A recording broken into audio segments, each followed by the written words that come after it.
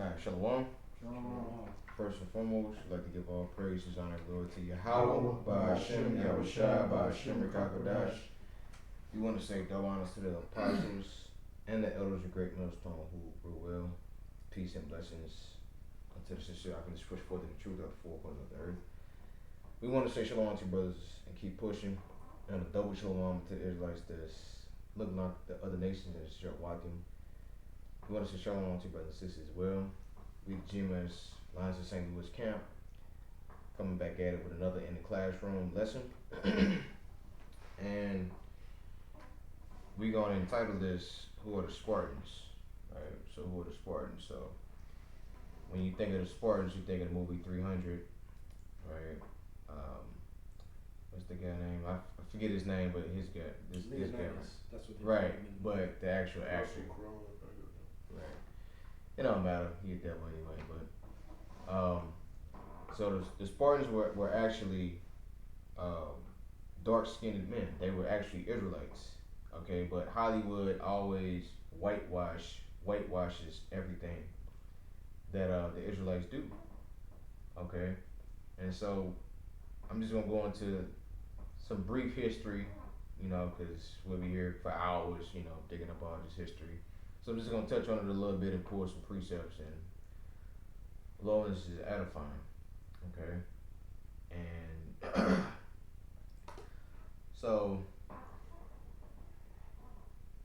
before Alexander the Great came into power, because you had the Hellenization of our people came way before he got into power. So it actually goes back to the Median Persian Empire, because the Medes, they were the original Greeks because they spoke Koine Greek. Okay, so it says the start of the Greek civilization, often referred as the Archaic period, is generally considered to have began around 800 BC with the emergence of independent city-states and the Mycenaean civilization's decline. Right, so this is way before Alexander the Great came into power. Okay, because you even got in the book of Daniel, the 8th chapter, Daniel actually saw um, the the two horns. One was higher than the other one. All right, that's the Median Persian Empire, and then when you read Daniel the 9th chapter, that goes into Alexander the Great coming into power. All right, so we're gonna start off with the book of Maccabees, First Maccabees 1.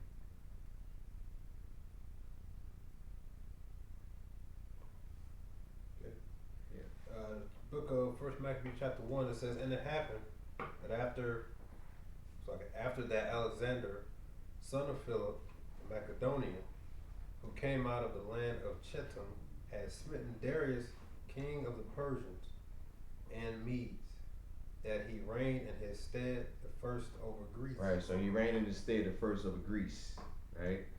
Because that land was occupied by the Medes, because Alexander came into power, during that war, because it was already prophesied that Darius was going to fall. Okay, keep going. And made many wars, and won many strongholds, and slew the kings of the earth, and went through to the ends of the earth, and took spoils of many nations, insomuch that the earth was quiet before him, whereupon he was exalted, and his heart was lifted up. Keep going. And he gathered a mighty strong host, and ruled over countries, and nations, and kings, who became tributaries unto him. And after these things he fell sick, and perceived that he should die. Wherefore he called his servants, such as were honorable, and had been brought up with him from his youth, and had imparted his kingdom among them while he was yet alive. So Alexander reigned 12 years, and then died. And his servants bare rule every one in this place. And after his death they all put crowns upon themselves, so that their sons after them many years, and evils were multiplied in the earth. Right. So evils was multiplied on the earth. So this is when wickedness was at an all-time high. Okay, at that particular time. But now the Greco-Roman Empire came back today as America, Babylon the Great, in which these Americans are way more wicked than their ancient um, predecessors, I should say. All right, and one more verse. And there came out of them a wicked root, Antiochus, surnamed Epiphanes, son of Antiochus the king, who had been in hostage at Rome, and he reigned in the 137th year in the kingdom of the Greeks. Matter of fact, read one more, Slucky. In those days there went out of Israel wicked men who persuaded many, saying, Let us go and make a covenant with the heathen that are round about us, for since we departed from them, we have had much sorrow. Right, so that goes into our people willingly dropping the customs of our forefathers and going into their Greekish fashion. You know what I'm saying? Okay, so matter of fact, I know I said Jeremiah 51, but we gonna go ahead and start off with the book of Maccabees. And I got the shields and stuff for the Spartans. Matter of fact, I'm gonna go ahead and wait on that. So go ahead and read the book of Maccabees, 12. 12 and 1. This is first Maccabees chapter 12, starting at the first verse. And it reads, Now when Jonathan saw that the time served him, he chose certain men and sent them to Rome for to confirm and renew the friendship that they had with them. Right, so he sent them where? To Rome. Right, so he sent them to Rome. Okay, and Rome is a city in Greece. Keep going. Verse 2, he sent letters also to the Lacedaemonians. Lacedaemonians. Yeah. And to other places for the same purpose. Right, so the Lacedaemonians, right?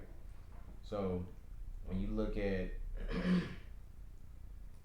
the shields right there, there's actually the character L in the Koine Greek. So Slovakia, right? So lambda, so L, so it stands for Lacedaemonians, right? So keep going.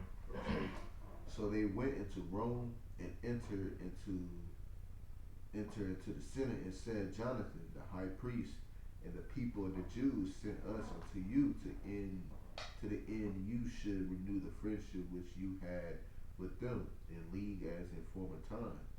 Upon this, the Romans gave them letters unto the governors of every place, that they should bring them into the land of Judea peacefully. Right, because they were Gentiles, and Jonathan was going up against those wicked Edomite kings. So he basically needed help. He needed help from the Romans. Keep going. And this is the copy of the letters which Jonathan wrote to the Lacedaemonians. And Jonathan the high priest and the elders of the nation and the priests and the other people of the Jews unto the Lacedaemonians, the brethren, and send greeting. And there were letters sent in times past unto Onias the high priest from Darius, who reigned then among you, to signify that you are our brethren, as the copy here underwritten doeth specific. Right. So yeah. So Onias the high priest. So Onias one, because he was, he had sons. So Onias, it said, was a son of Jaddua, mentioned in Nehemiah according to Josephus. Is Jaddua is said to have been contemporary of Alexander the Great. So reign, so 336 to 323 BCE. First Maccabees record Onias as a contemporary of the Spartan king Arius from 309 to 265 BCE. right? So yeah, just just to know who he is, Go ahead. Verse 9, and it reads, that read verse 8. Yeah, you at verse 8. Okay. At which time Onias entreated the ambassadors that were sent honorably and received the letters wherein declaration was made of the league and friendship. Therefore therefore we also, albeit we need none of these things, for that we have the holy books of scriptures in our hands to comfort us, have nevertheless attempt to send unto you for the renewing of brotherhood and friendship, lest we should become strangers unto you altogether. For there is a long time past since you sent unto us. We therefore at all times without ceasing, both in our feast and other convenient days, do remember you in the sacrifices which we offer in our prayers, as reason is, and as it becometh us to think upon our brethren. Alright, go ahead, Abshai. Pick up. Okay, Maccabees 12 and verse 12, and it reads, and we are right glad of your honor. As for ourselves, we have had great troubles and wars on every side, for so much as the kings that are round about us have fought against us. Howbeit, we would not be troublesome unto you, nor to others of our confederates and friends in these wars. We have help from heaven that succoreth us so as we are delivered from our enemies, and our enemies are brought under foot. For this cause we choose Numenius, the son of Antiochus, and Antipater, the son of Jason, and send them unto the Romans to renew the enmity that we had with them and the former league. We command them also to go unto you and to salute and deliver you our letters concerning the renewal of our brotherhood. Wherefore now ye shall do well to give us an answer thereto. And this is the copy of the letters which Oniaris sent. Arius, king of Lacedaemonians, to Onias the high priest, greetings. Right. And so who is Arius? So ancient Greek. So 320 or 312 to 365 BC was Agag, king of Sparta. From 309 to 365 BC, his reign is noted for his attempts to transform Sparta into a Hellenistic kingdom and recover his former preeminence in Greece. Right, so he was basically going off. Right? So let's hop back. Matter of fact, I can pick up. Yeah, I'm gonna read verse 20 again. It says, Arius, king of the Lacedaemonians, to Onias the high priest, greetings. It is found in writing that the Lacedaemonians and the Jews are brethren, and that they are the stock of Abraham. Right, so the stock of Abraham. So Abraham, Isaac, Jacob. Right. So they Israelites. Now therefore, since this has come to our knowledge, you shall do well to write unto us of your prosperity. We do write back again to you that your cattle and goods are ours, and ours are yours. We do command you therefore our ambassadors to make report unto you on this wise. Now when Jonathan heard that Demetrius princes were come to fight against him with the great host then afore, he moved from Jerusalem and met them in the land of Amathus, for he gave them no respite to enter his country. He sent spies also into their tents, who came again and told them that they were appointed to come upon them in the night season. Wherefore, so soon as the sun was down, Jonathan commanded his men to watch and to be in arms that all the night long they might be ready to fight. Also, he sent forth sentinels round about the host. When the adversaries heard that Jonathan and his men were ready for battle, they feared and trembled in their hearts and kindled fire in their camps. Right?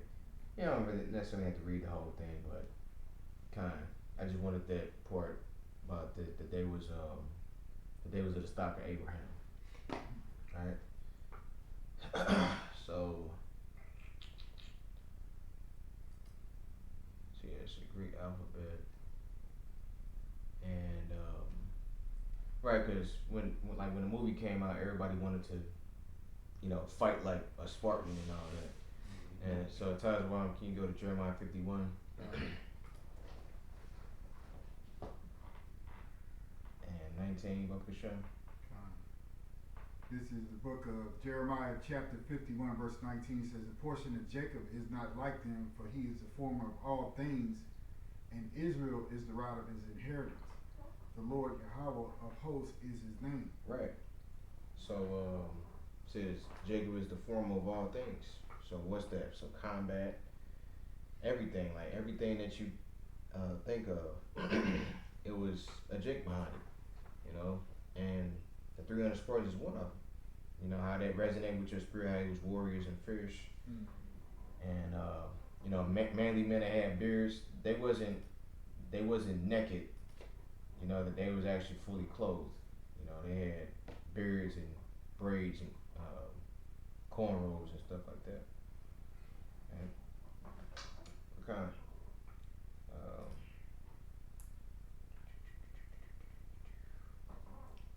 You can go to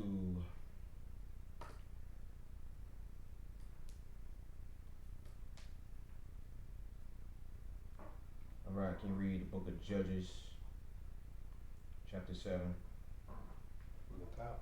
Okay. It says, then Jerubbaal, who was Gideon, and all the people that were with him, rose up early and pitched beside the well of Harod, so that the hosts of the Midianites were on the north side of them by the hill of Moreh in the valley. And the Lord Yahweh said to Gideon, the people that are with thee are too many for me to give the Midianites into their hands, lest Israel vaunt themselves against me, saying, my own hand hath saved me. Now therefore go to proclaim in the ears of the people, saying, whosoever is fearful and afraid, let him return and depart early from the mount Gilead, and there return of the people 20 and 2,000, and there remained 10,000. 22,000, okay. Yeah. And the Lord Yahweh said to Gideon, the people are yet too many, bring them down to the water, and I will try them for thee there. And it shall be that of them whom I say unto thee, this shall go with thee, the same shall go with thee, and whomsoever I say unto thee, this shall not go with thee, the same shall not go. So he brought down the people into the water, and the Lord Yahweh said to Gideon, everyone that lappeth of the water with his tongue as a dog lappeth, him shalt thou set himself by himself. Likewise, everyone that bowed down to drink, everyone that bowed down unto his knees to drink. And the number of them that lappeth, putting their hands to their mouth, were 300 men. But all the rest of the people bowed down upon their knees to drink water. And the Lord Yahweh said to Gideon, by the 300 men that have lapped will I save you, and deliver the Midianites into thy hand, and let all the other people, every man go into his place. Right, so 300, which this has nothing to do with the Spartans, but there is similarities like with the 300 Spartans, maybe that was them in a reincarnation, who knows, but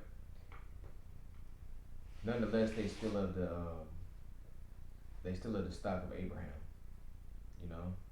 but I'm just comparing and contrasting, because you had Leonidas, because he was actually the king at that time, when they went up against the Persians, the Median Persians. So it was Leonidas and his 300 Spartans versus Xerxes. Matter of fact, let me read this first. So Leonidas, born 540 BC, died 11 August 11, 480 BC, was the king of ancient Greek city-state of Sparta. He was the son of Anaxandrius II and the 17th king of the Agite dynasty. A Spartan royal house which claimed descent from the mythical demigod Hercules. Going off. Which a lot of these Greek gods, they just like really like all the gods come from the scriptures, you know. Hercules just references Samson, you know. So Leonidas ascended to the throne in 489 BC, you know, blah blah blah blah blah. Right? And so he had Xerxes, he was the king at the time. Because a lot of people think that, you know, that the kings in the Bible, like, yeah, none of these people existed, but, you know, this is actually history, you know, where all these kings existed. Okay, it says Xerxes of August 465 BC, commonly known as Xerxes the Great, was a Persian ruler who served as the fourth king of kings in the Achaemenid Empire, reigning from 486 BC until his assassination. 465 BC. He was the son of Darius the Great and Atosa, and daughter of Cyrus the Great. Right. So in Western history, Xerxes is best known for his invasion of Greece in 480 BC, which ended in Persian defeat. Xerxes was the designated successor by Darius over his elder brother.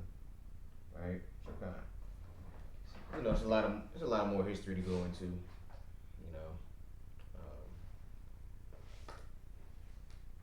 So I'm gonna go into.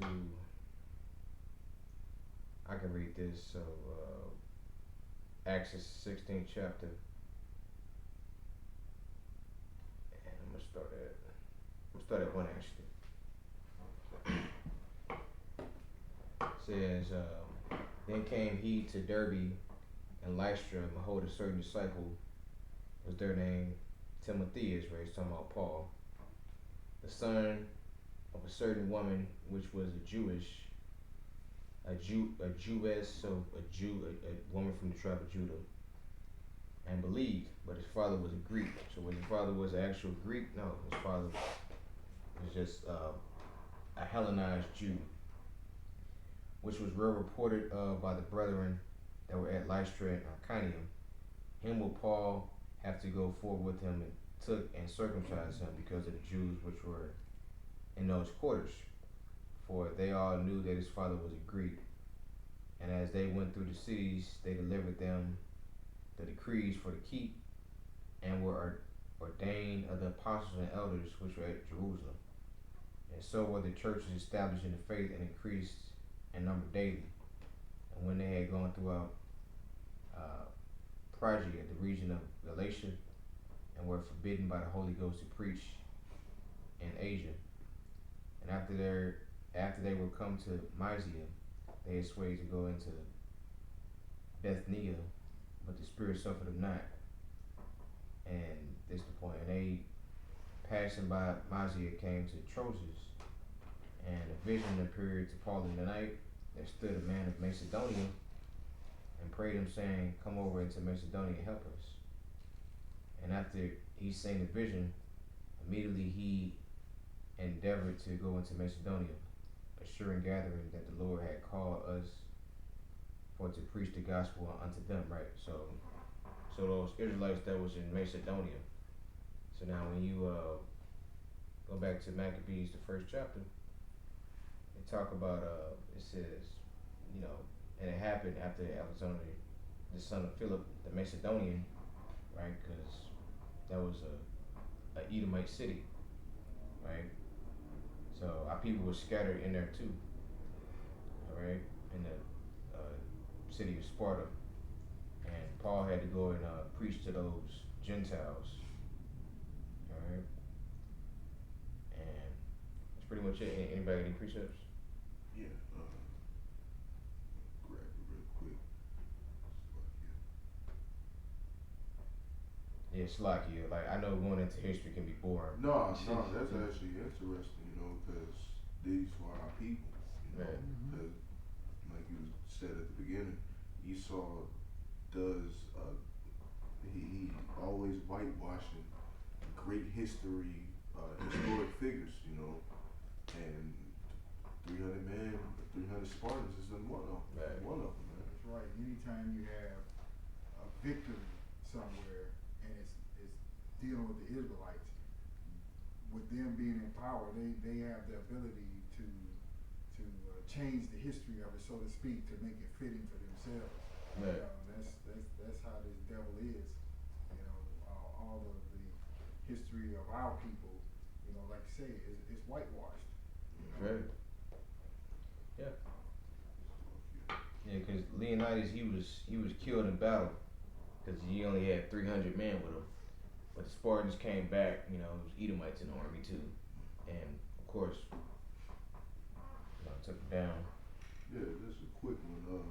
It's not what I actually wanted, but we were talking about how Esau whitewashes things. First Maccabees 3:48. Yeah, that's another one that I forgot. So did they win that battle?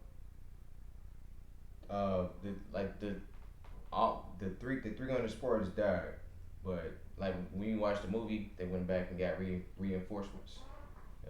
So that's what the second movie was about. Yeah. The reinforcement. Oh, okay. Yeah, cause you know like the Medo-Persian Empire fell, and then that's when the Greeks came into power. But you had Jakes, cause Greek and Hebrew was the common language that was spoken. So you had Jakes that was in Greece, that was around those Medes, all right, and you had Alexander the Great come into power, you know, around that time. So you said First Maccabees 3:48. Yeah. Yeah, like I just looked up Septuagint, because that's what the Septuagint is, which is the Apocrypha, is a Greek version of the Hebrew Bible, Yeah. including the Apocrypha made for Greek-speaking Jews Right. in Egypt in the 3rd and 6th centuries BC, so before the Lord. Yeah, that's what the Septuagint is. Right. Cause like even then, when you look at books like Esther, some of them are written in Greek too. Cause a lot of those Jews was getting Hellenized. They was speaking in other languages. That sure was a question I was going to ask. So that Xerxes that's in the book of Maccabees is the same Xerxes in the book of Esther, right? Or is it two of them? Yes, it's the same one. Okay, Yeah. because you know I ain't trying to get deep into like the time frame when the book of Maccabees happened, but I was just wondering, you know, are they Yeah. the same? It's the same. It's the same one. Okay, Yeah, okay. you can always just go and match the years or whatever that they say, and figure out who's who. Yeah, Right. Kinda. because there's first, second, third of people and all that other stuff. Yeah. Right. Cause like I actually had a list of all the medium Persian kings, but Yeah. I Just was like just you, focusing on him. yeah, just like you got Antiochus the fourth, and you got the Right. fifth. You know, that's why I was wondering is it Xerxes 1 and 2? Yeah. You know, just like how Jake would have a junior or something like that named after Right. him. His son was Artaxerxes. Artaxerxes. Yeah. Okay. Kind Just a quick one. First Maccabees Got 3:48. And it reads, and laid open the book of the law wherein the heathen has sought to paint the likeness of their images. Salaki, bro. Salaki. I thought I was there. I guess I wasn't. Nah, I am there. Yeah. Just put that wrong link. It reads, and laid open the book of the law wherein the heathen has sought to paint the likeness of their images. Right, you Edomites always got to put your face as the hero, which when you read history tell you who the true heroes are, you know? King David, you know, Solomon, Moses, Yahushua, you know. That's right. Y'all all wanna you wanna be these people, and then you wanna take our heritage. That's alright? right. You wanna be the Jews all of a sudden, because you Yeah. know being a Jew is the best thing, you know, or being an Israelite is the best thing, you know. But the Spirit is revealing that y'all are not the true people, man. At the end of the day, I did have this one concerning Israel being scattered as well. What you got? Ezekiel 36, I'm gonna just read verse 19. because that's why you had Spartans, because you had Israel scattered within that land, right? And it reads, "And I scattered them among the heathen, and they were dispersed through the countries according to their way and according to their doings. I judged them." So that's why you got Israelites in the four corners of the world, and that's why, like with the Spartans, those were Israelite foreigners right there.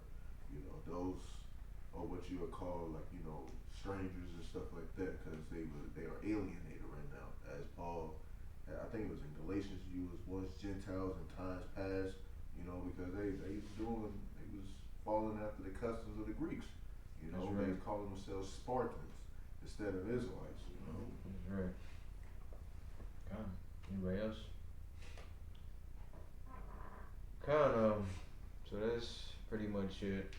Um, we hope that was edifying, and hope that you brothers and sisters out there learned something.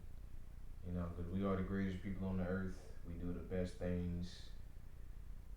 Okay, and how much Shimon Shah is coming back to put our people back on top, because we've been beat down for since the beginning of the time. Since Adam, son of Adam. All right. Yeah, so we'd like to give all praise, honor, and glory unto Yahweh, by Hashem, Yahushua, by Hashem, Kakadash. We want to say Shalom and Abba. Bravo.